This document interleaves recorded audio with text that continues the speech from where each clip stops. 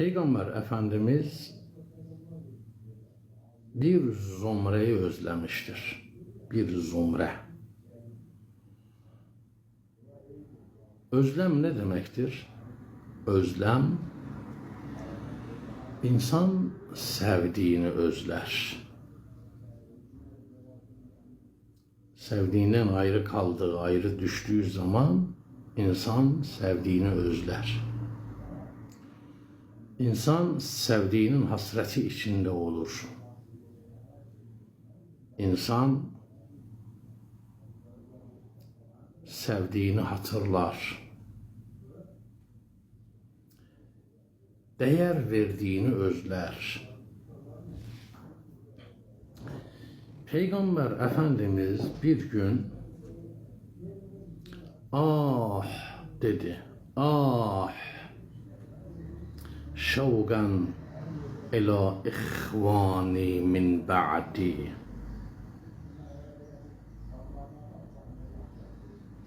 Kendimden sonra, benden sonra kardeşlerimin özlemi içindeyim. Şevgan ila ihvani. Şevgan. Onların özlemi içindeyim. Benden sonra gelecek olan kardeşlerimin özlemi içindeyim. Kâle Ebu Zer rahimahullah. Ebu Zer dedi ki ya Resulallah, Elesna ihvaneke, bizler senin kardeşlerin değil miyiz? Kâle la ve entum ashabi, sizler benim kardeşlerim değilsiniz. Sizler benim ashabımsınız. Ve ihvani yuci'un min ba'di. Benim kardeşlerim benden sonra gelecek olanlardır.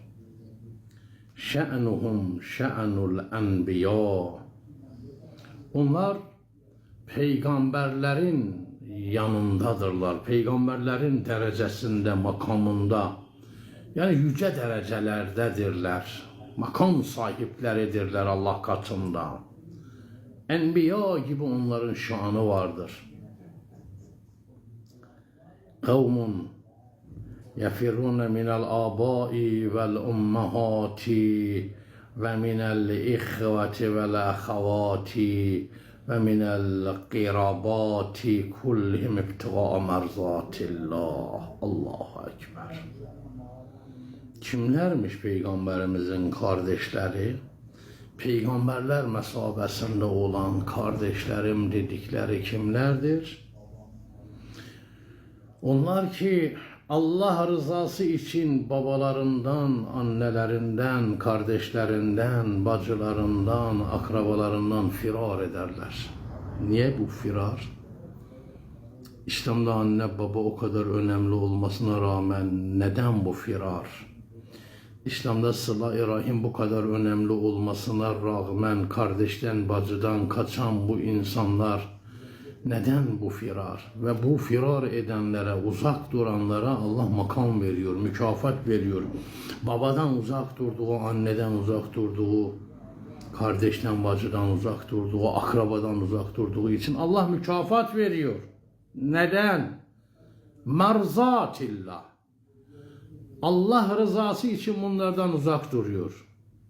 Kerbela'ya bakın. Kardeş kardeşe kılıç çekmiş. İslam tarihine bakın. Baba oğula, oğul babaya kılıç çekmiş. Ne için? Allah için. Biri küfrün ordusunda, biri İslam ordusunda, biri Yezid'in ordusunda, biri İmam Hüseyin'in ordusunda. Hak için. Eğer hakkın önünde hakkı perdeleyen baban da olsa babanın yanında durma hakkına sahip değilsin. Eğer hakkın karşısında duran annen de olsa, kardeşin, bacın da olsa onların yanında durmaya hakkın yoktur. Hak buna müsaade etmiyor. Onların karşısında durmak gerekir. İşte Peygamberimiz buyuruyor ki bunlar Allah rızası için annelerinden, babalarından, kardeşlerinden, bacılarından, akrabalarından uzak durdular. Yesrukunel mâle. Onlar malı, dünyayı terk ettiler. Malı, dünyayı, makamı terk ettiler. Yuzillûne enfusahum bittevazu lillah. Allah için mütevazi oldular. Alçak gönüllü oldular. Kibirli olmadılar. La yergabune fişşehavat. Şehvetlere meyletmediler. Fuzulü dünya. Dünyanın boş, beleş işlerine meyletmediler. Yectemi'une fi beytin min buyutillah keennehum gureba.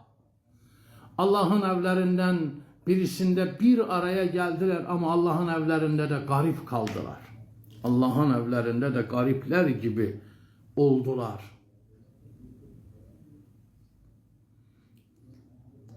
Terahum mahzunine li havfin nar ve hubbil cennet.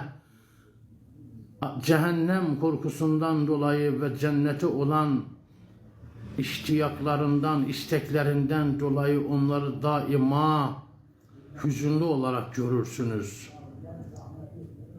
Femen ya'lemu kadrehum indallah. Onların Allah katındaki makamını, değerini kim bilebilir? Peygamberimiz buyuruyor. Leyse beynehum qirabeten ve la malun yu'tune biha. Bakın. Leyse beynehum qirabetun ve malun yu'tune biha. Onların kendi aralarında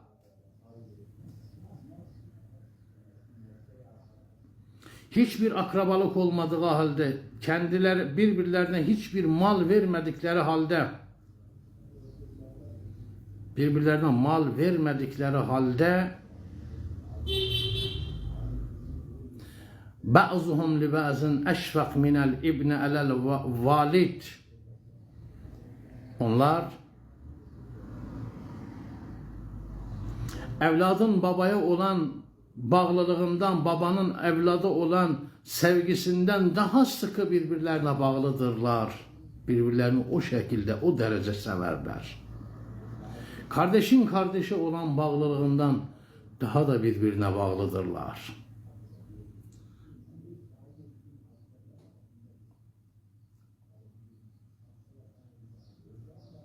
Ve'lem ya Ebu Zer enne lil vahidi minhum ecre sev'ine bedriyen. Ebu Zer, onlardan bir tanesinin sevabı Bedir şehitlerinin 70 sevabı kadardır.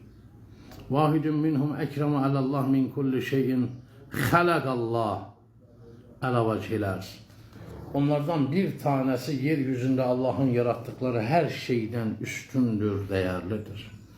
İşte Peygamber Efendimizin ahir zamandaki kardeşleri bunlardır ve Peygamber Efendimiz bunları arzulamaktadır.